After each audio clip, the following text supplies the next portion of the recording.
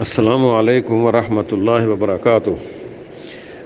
روزے کا معنی یہ ہے کہ کھانے پینے اور تعلقات زن و شوئی سے طلوع فجر سے لے کر غروب آفتاب تک عبادت کی نیت سے پرہیز کرنا۔ عبادت کی نیت اس لیے ہے کہ بعض اوقات کسی ڈاکٹر کے کہنے پر پرہیز کیا جاتا ہے، وہ روزہ نہیں بنے گا، تو اس میں عبادت کی نیت ہو کہ میں صبح سے لے کر شام تک کچھ کھانا پینا نہیں ہے، نہ بیوی سے کوئی تعلق رکھنا ہے، اس کا نام روزہ ہے۔ تو جو چیزیں کھائی جاتی ہیں، پی جاتی ہیں یا بیوی خامد سے تعلقات کی بنیاد بنتی ہیں، ان سے روزہ افطار ہو جاتا ہے، ٹوٹ جاتا ہے۔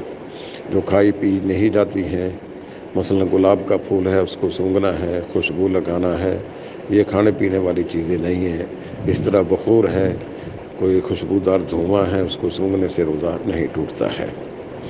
تو اس سے یہ معلوم ہوتا ہے کہ جو ویکسین ہے، یہ آج کل کورونا کے علاج کے سلسلے میں یہ لگوائی جاتی ہے۔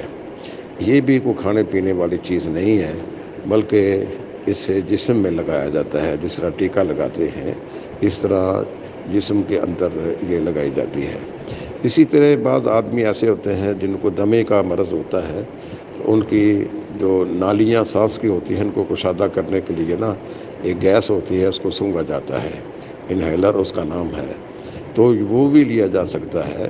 یہ ایسے ہی ہے جس طرح بات دھند ہو اور باہر نکل کر اس کو سونگھا جائے اور اس سے روزہ افطار نہیں ہوتا ہے۔ اس طرح یہ دوائی جو سانس کی نالیوں کو کشادہ کرنے والی ہے، اس کو سونگھنے سے روزہ افطار نہیں ہوتا ہے، یہ استعمال کی جا سکتی ہے۔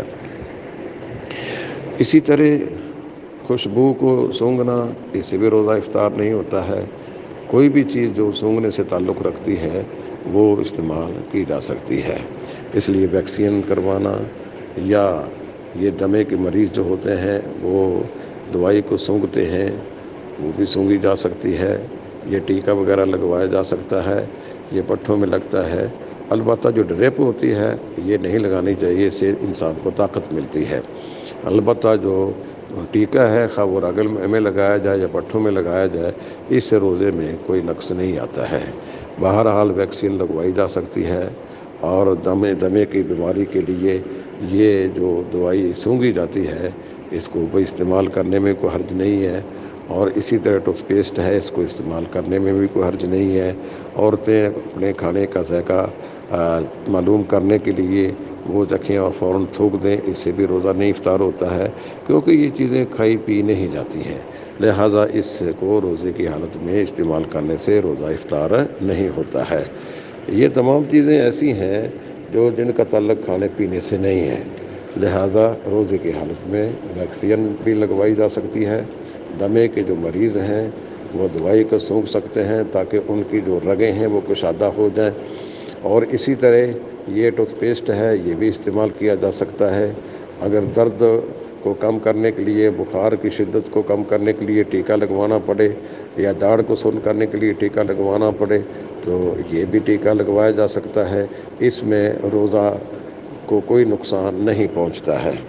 تو یہ وہ مسائل ہیں جن کا ایک مسلمان کو جاننا ضروری ہے کہ یہ ایک مجبوری ہے انسان کی، اور اس کے استعمال سے انسان کو روزہ نہیں ٹوٹتا ہے۔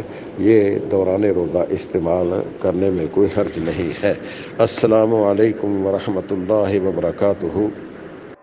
العلماء، علماء و عوام میں حائل خلیج دور کرنے کی ایک منفرد کاوش۔